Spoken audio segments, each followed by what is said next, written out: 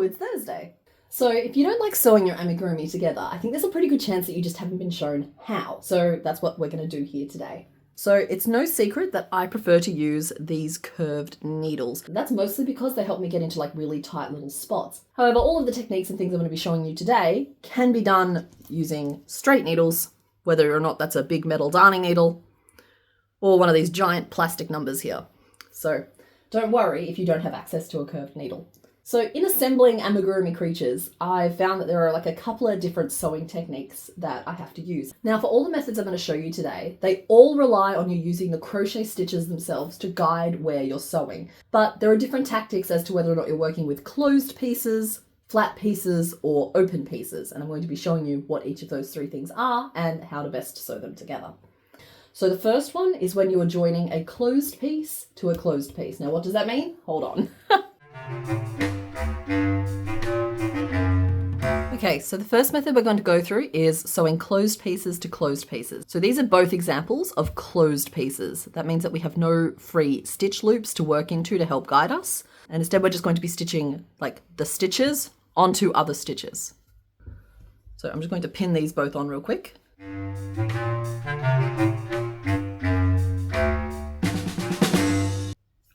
And that is where I want those two pieces to sit. Now, the first thing we have to do is pick a color that we're going to use to sew our legs on. Now, sometimes you'll be met with pieces that are different colors to the main body piece, and sometimes, like in this case, they're the same color. When sewing a closed piece to a closed piece, there's always a chance that the yarn you're using to sew on is going to be visible. And so it's important that you choose a color that you don't mind being seen. In general, in this situation, I would default to the main body color, but for demonstration purposes today, I am going to be using the most different color I can find. So you can see exactly what I'm doing. Usually for this, I would sew on with this color.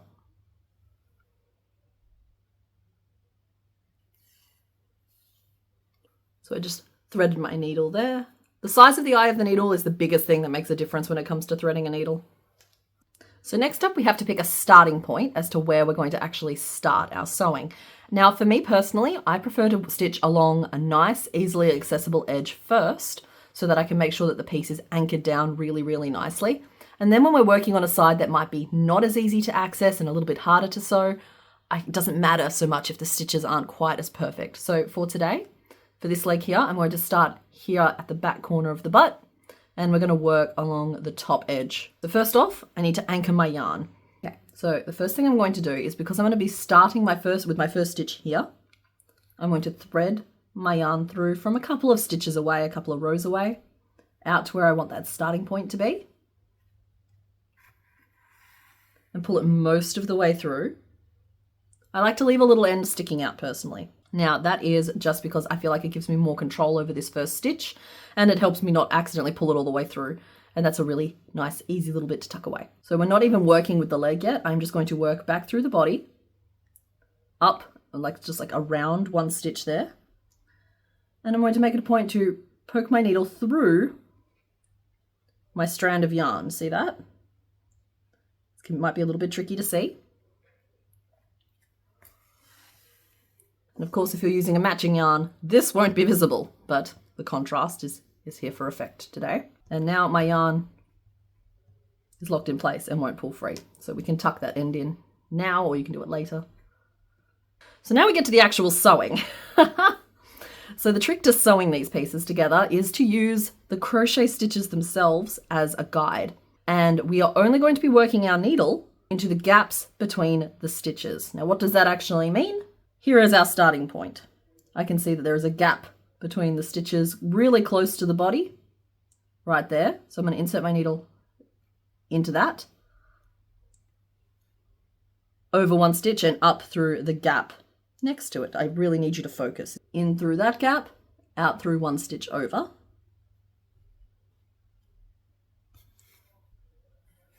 Just pull that on through. It's always going to be just a little messy to start with. There we go. So we have our starting point, and now our yarn is out through the piece we're attaching. So from here, we're going to go down into the body. Now this is the closest gap here of the body to where our stitch is. Can we see that in there? So I'm just going to pop my needle down in there. and up through the next stitch over that's close to the leg. Now I can also choose to like, so there we go. So see how I'm only moving one stitch over at a time, just in the gaps between those stitches. So there is my first stitch. So that just gets us started there. And the rest of these are all going to follow a certain rhythm. Now, it doesn't really matter if you like to work like down and in, or if you prefer to work like in and up. Do it the same way the whole way around and you'll get more consistent stitches. So for today, I'm going to work into the leg over one stitch, then into the body over one stitch. Or in this case, it's over a row because of just the direction of those rows. So there's my first two little stitches there. I'm going to do that the whole way across the top.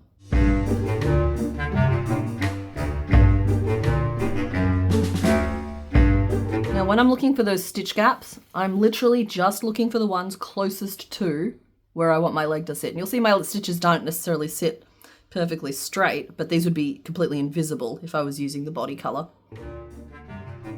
Okay, so I'm reaching the curve of the knee here. Into the body, over a stitch. To the leg, I'm moving up a stitch because that's convenient. You are allowed to use the same gap for multiple stitches.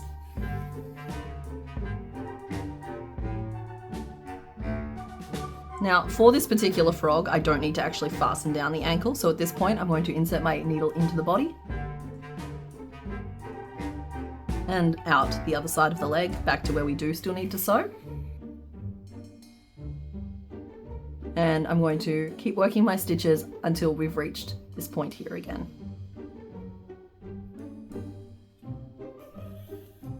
Note that my needle is never, ever actually piercing through the yarn, except for where we first attached it. The rest of the time, it's all just gaps.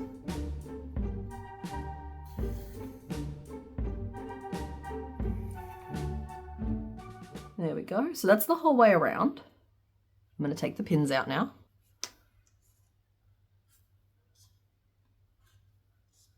And we do what we call the tug test. So you give it a gentle pull and make sure that it's not going to move or loosen. And this is pretty good. So that's what those stitches look like. With that attached on one side, I'm going to do the same thing on the other.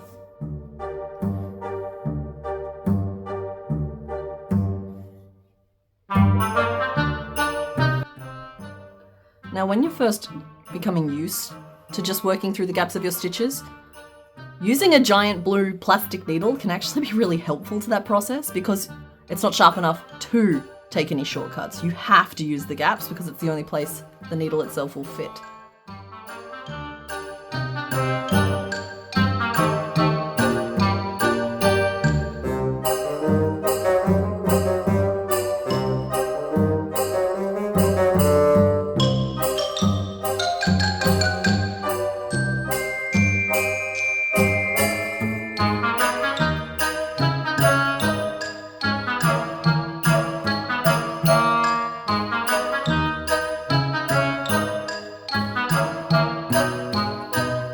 There we go, and I'm going to finish off my yarn the same way I started it, and down and away.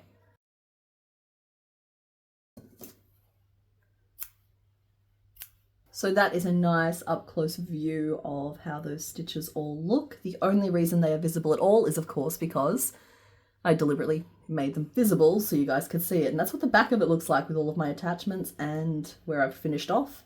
Some of these could be tucked in a little bit better, but you get the idea of why I choose to match my yarn to the body color. This is what my stitching actually looks like. So next up, I'm going to show you how to attach an open end to a closed piece. So an open end just means, like with this tubed piece here, we haven't finished off. So we've got some loops that we can use to work through. And in most cases with pieces like these, you'll find that you actually like flatten it and attach like the flattened edge to the body. So I'm going to pin both of my legs in place. I mentioned it's just a flattening of it. If you're looking for this pattern, it is available here on the channel.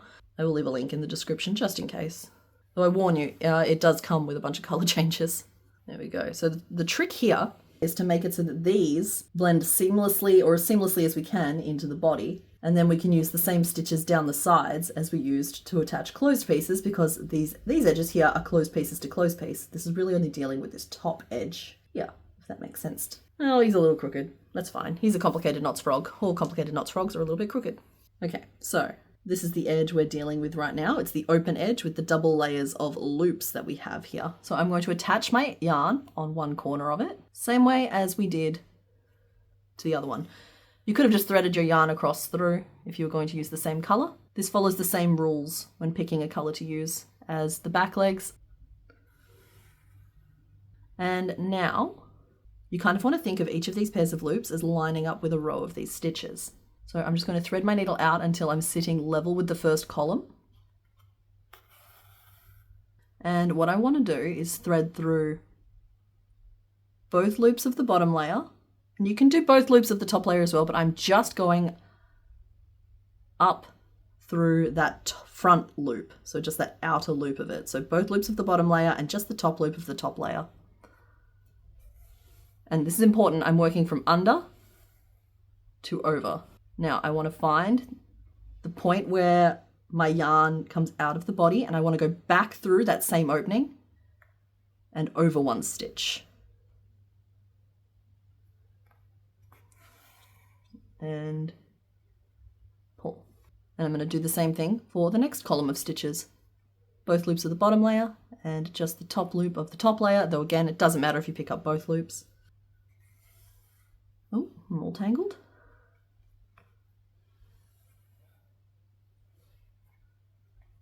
From under to over, down into the same spot of the body as we came out of, and over one stitch. Now there's not really a nice, clear, obvious gap, so we're just going to go all the way over here. There obviously is some sort of increase or decrease going on there that's making that a little bit harder to spot, and that's fine. And pull it. Now because we're making sure that we work into every single stitch across the top, what we're getting are these nice, even looking stitches.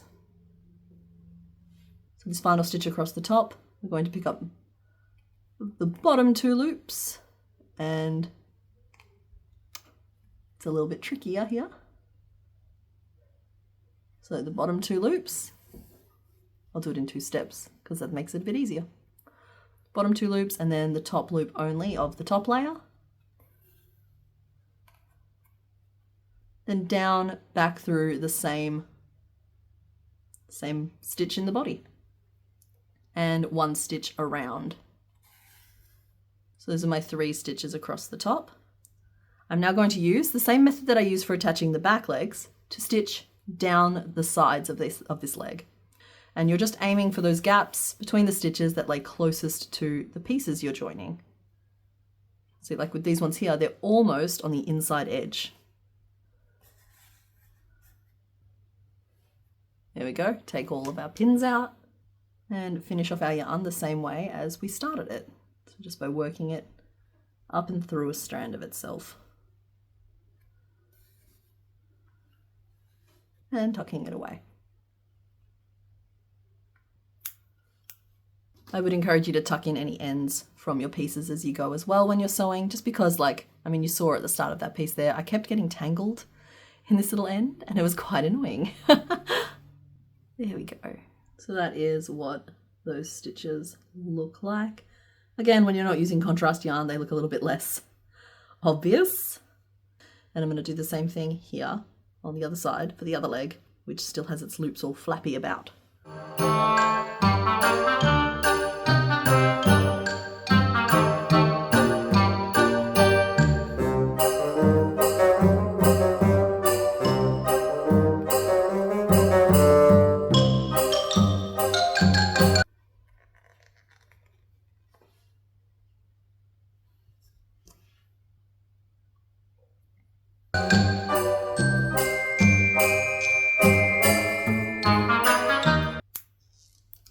There are those stitches. I'll show you as well, just in case.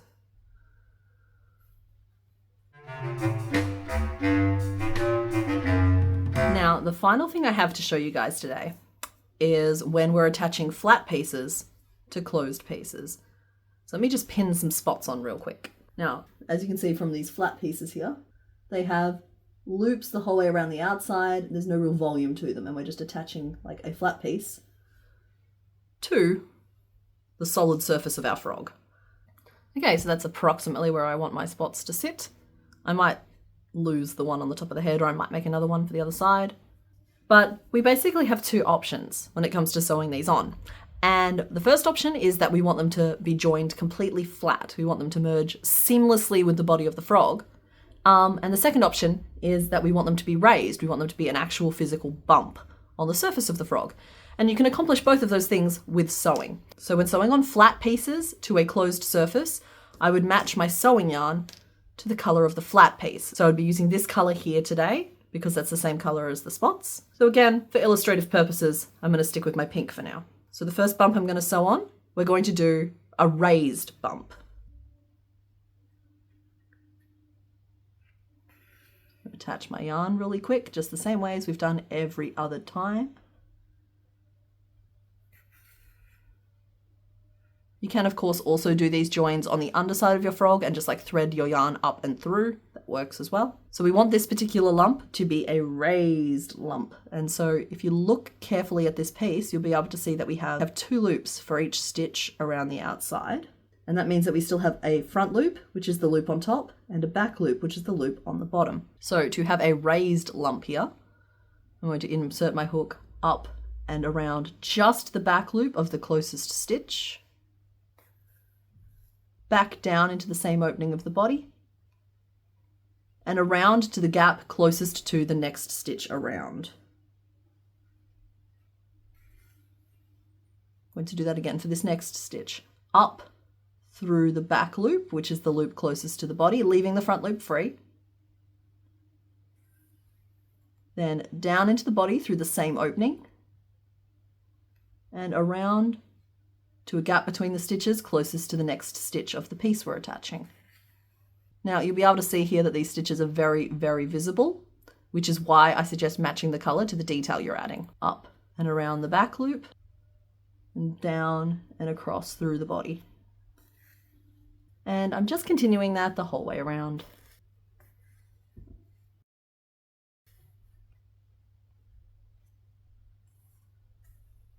I would encourage you not to overthink this process too much. If there are two gaps in the body that both could work, just pick one. There's not really any wrong answers. The whole point is just sort of to stay a little bit more aware of where you're placing your stitches.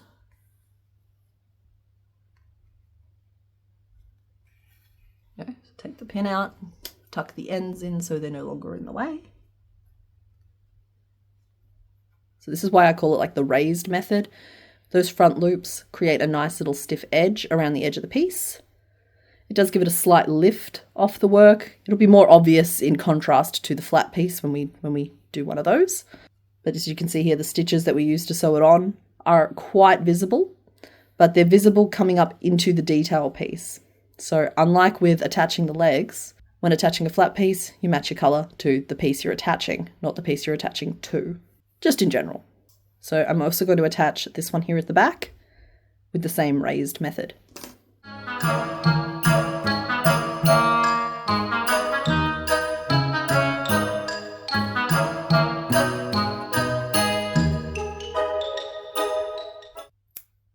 So there we go, there is the second one all stitched on.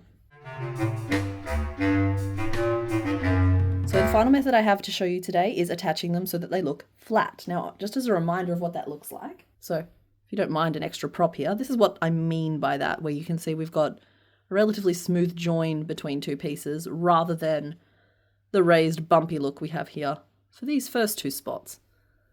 So there's our raised ones. And now we're going to do a smooth join for these two here. And it's very, very similar. I'm going to just thread my yarn through to this one here, down through the body and out through an opening close to one of our edges. So we're still working like from under to over, but we're just picking up the front loop of the stitch. We're leaving the back loop unworked, so to speak. And then once again, down through the same opening of the body and then around to the next gap that's by one of the stitches of the piece we're attaching. What that's going to do is take that front loop and stretch it down into the work. So again, up through the front loop, down into the same gap of the body, and around to the next gap. Up through the front loop,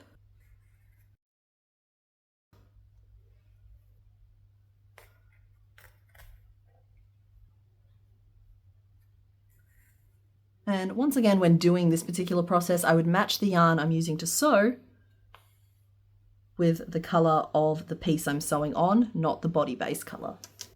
And note that in each of these situations, I'm literally sewing through every single stitch that meets the body, but I'm not putting any extra stitches in anywhere. It's literally enough to secure it down. Just fasten off this yarn. Again, this can all be done on the underside if you're trying to hide your ends. I think it's more valuable to show you my ends today. Trim that off, remove pins, and there we have a smooth joined piece. So that is worked using the front loops. That's what it looks like from the side view versus this close-up is going to be uncomfortably close. Oh, there we are, that's showing up nicely. So that's with the work through the back loops. This is when we work through the front loops. So smooth versus raised. But I'm just going to go ahead now and just attach the final couple of spots. And there we go. So there we go. Hopefully that helps clear up how I sew my pieces together, and hopefully there was a few little interesting tidbits in there for you guys as well. I'm sorry that the frog wasn't just on my desk today and is in fact also in my throat. It's just one of those things you got to work through sometimes. Hopefully this was the sewing guide of your dreams. I did make it a point to use the giant blue needle for at least half of every example, just to like show that it can absolutely be done with a straight needle as well. The clunkiest straight needle imaginable. But yeah, other than that, I'll see you next week. Okay, bye!